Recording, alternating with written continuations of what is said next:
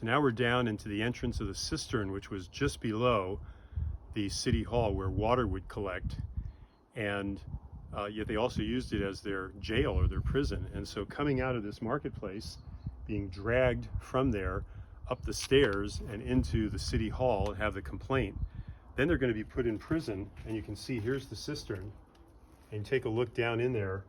This would have been all covered over with rock. It's been unearthed since then by archaeologists, but what a dull and dingy place. Just probably wet and damp and really dark.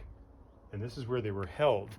And the book of Acts tells us that around midnight, he and Silas were up singing hymns and praying, and suddenly the gates of the cistern were opened, and their fetters on their legs and so forth came off, and they walked out of the prison, and the jailer was really concerned, and he says, "Don't worry, we're all still here."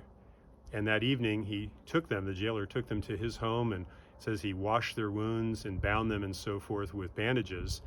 And the next day, the folks from the city, the senior officials, told the magistrates, "Go and get those two men and bring them before us." And when they came down here to this cistern, it was empty. And that was quite a big story in the city of Philippi, that they had been released by their God overnight.